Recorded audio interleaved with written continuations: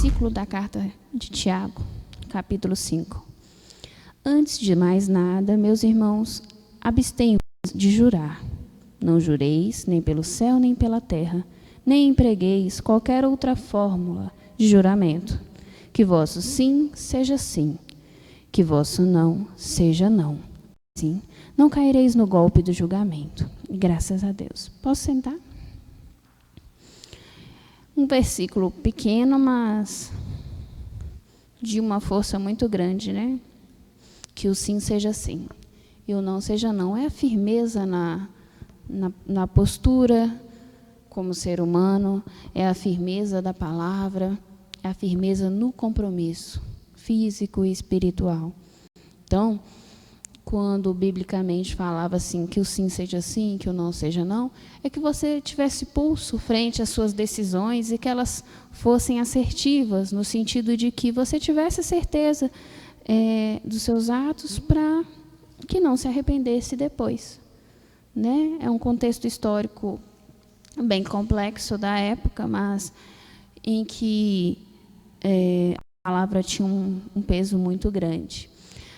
Então, hoje, de forma breve, eu vou dar continuação a um tema que eu já tinha começado, falando de débitos kármicos. Hoje é da libertação desses débitos kármicos, né? Quando se dá, como que é isso?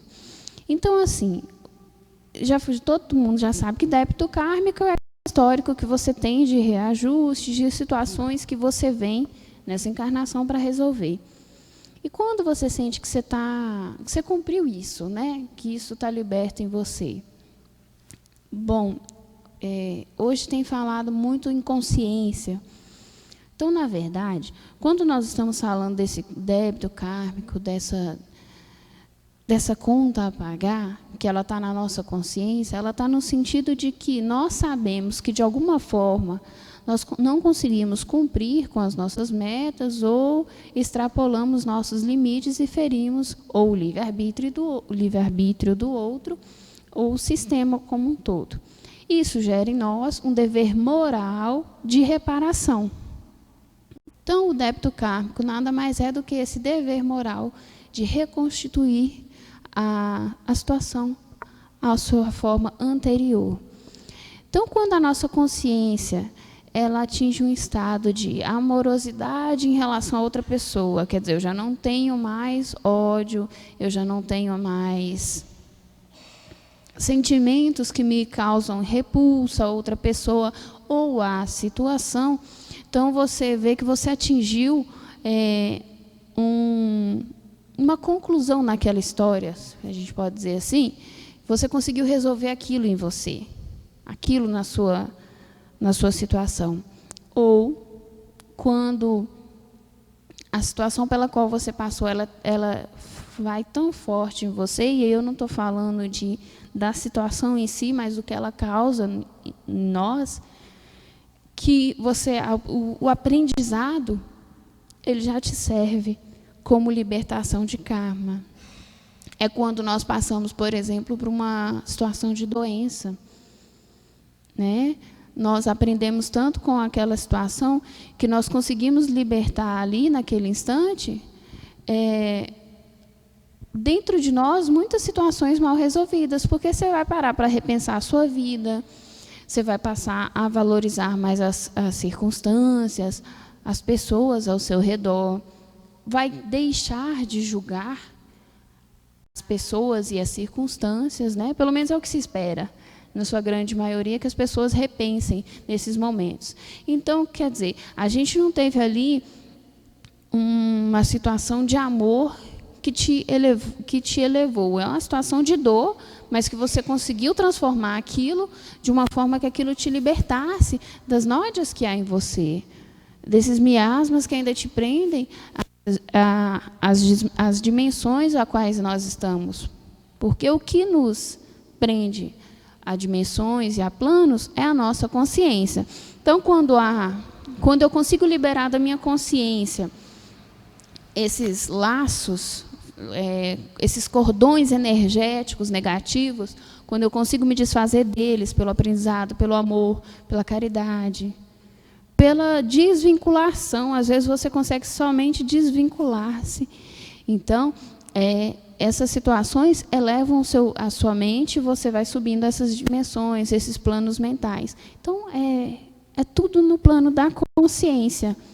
Eu já falei aqui uma vez e falo de novo, às vezes você pode tentar ofender uma pessoa e a pessoa não se sentir ofendida, e para ela tudo bem, ela te perdoa. Então, vamos concordar que ali não gerou uma situação kármica com aquela pessoa, mas a sua consciência sabe que você faltou com aquela pessoa. A pessoa não te cobra, mas a sua consciência te cobra que, de alguma forma, você repare aquilo. Por isso que nós falamos em evolução kármica, moral, intelectual, no plano da consciência. Não tinha-se o hábito de ater-se muito à questão física, matei alguém, tenho que resolver com aquela pessoa. E, na verdade, não é isso. É uma didática da espiritualidade? Sim, é uma didática da espiritualidade. Mas o que a espiritualidade maior quer de nós é que nós compreendemos de uma forma mais rápida os nossos erros, para que também nós conseguimos resgatar esses erros de forma mais rápida.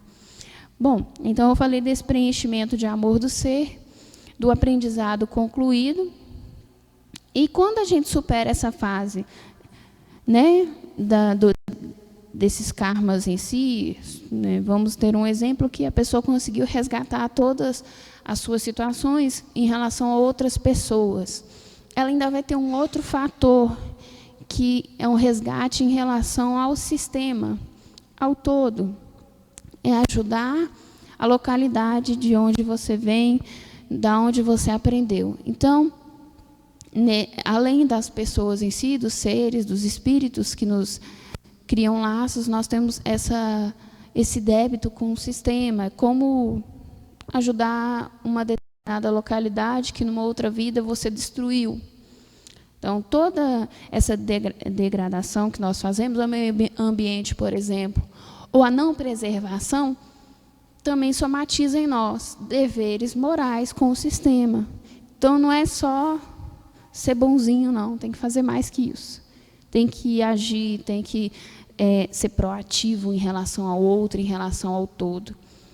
E isso vai trazendo a nós essa elevação, essa ascensão. Mas suponhamos que estou com o sistema, estou com todo mundo. E aí? Grande parte dos espíritos, quando atingem esse patamar, tem tanto amor pelos seus que eles resolvem ficar para continuar ajudando. É o amor pela causa. Então, esse amor pela causa faz com que, por exemplo, espíritos como Allan Kardec, como de Bezerra de Menezes, que poderiam já estar em outros mundos, em outros planos, abram mão disso para ficar e ajudar aos irmãos, né, mais novos, que somos nós, a evoluírem. Então, quando fala, nascemos simples e ignorantes, simples numa questão moral e ignorantes numa questão intelectual, para ascender nessa perfeição, né, nessa busca da perfeição do espírito, dessa depuração, para que possamos, num plano de consciência futuro, após essa longa jornada, nos igualar e ajudar a quem vem depois. Então, a verdadeira missão é sempre essa, estar ajudando ao outro. Então, às vezes, você está aqui e está achando que você está cumprindo só a sua missão, para desencarnou, vou descansar. Vou para a colônia Nosso Lar, né, como se fosse um spa, vou descansar.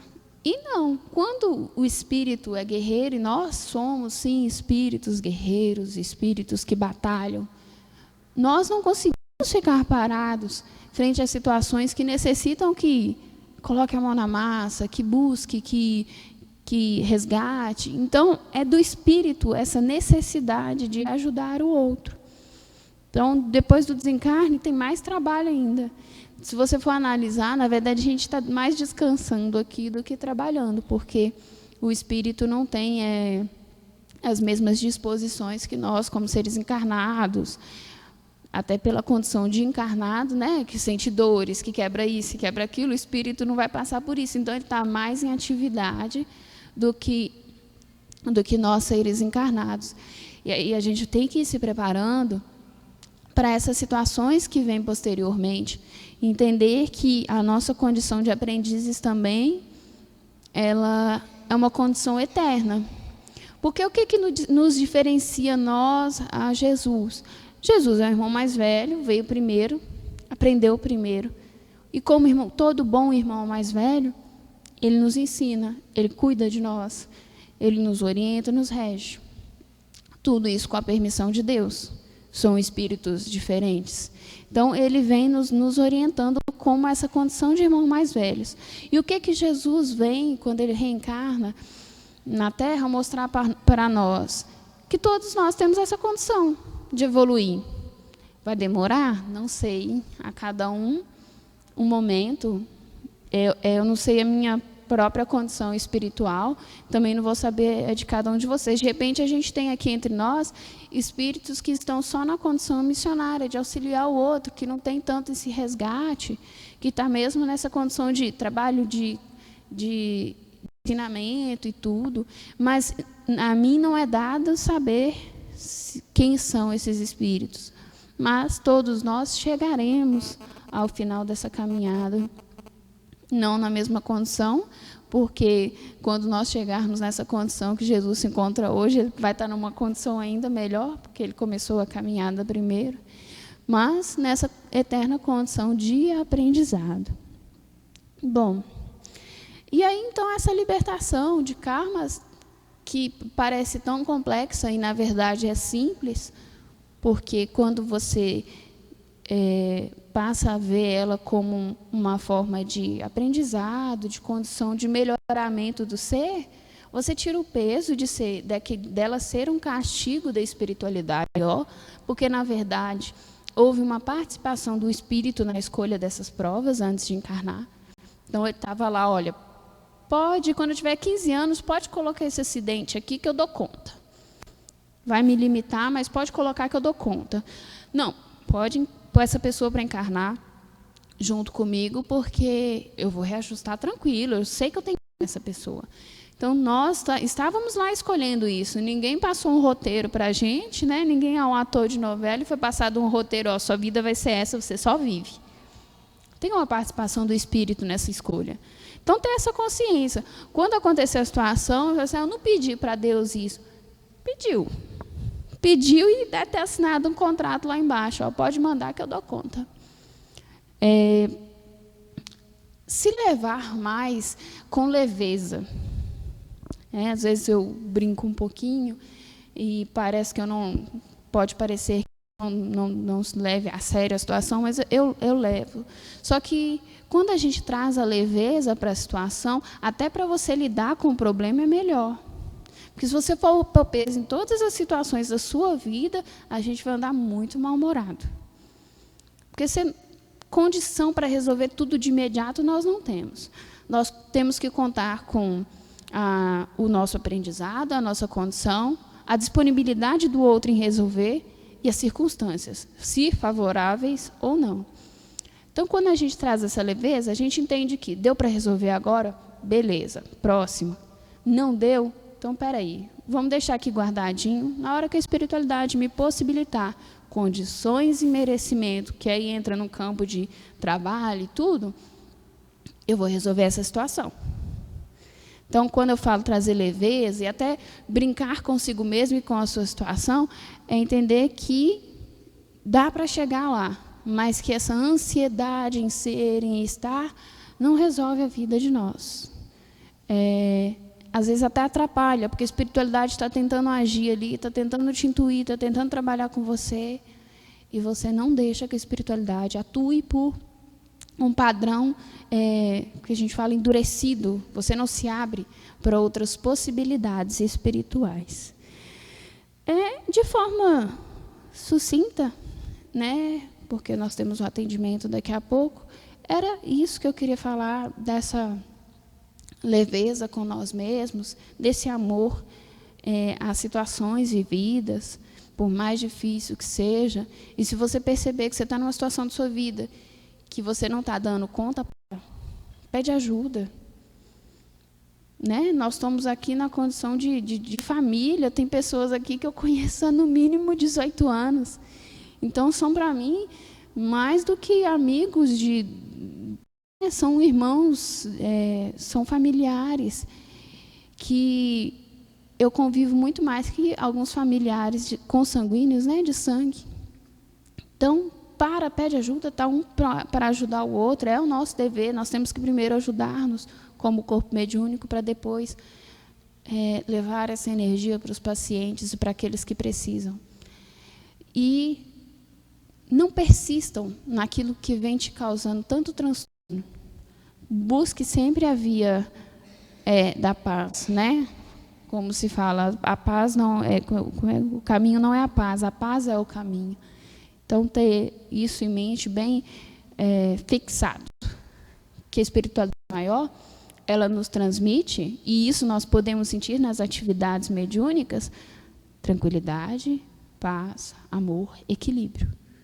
O que te destoa dessas circunstâncias, duvide, questione-se, porque tem alguma coisa errada. Ou você não está afinizado com a energia positiva e precisa rever isso, ou você não está realmente ligado a esses espíritos que estão para te ajudar. Graças a Deus.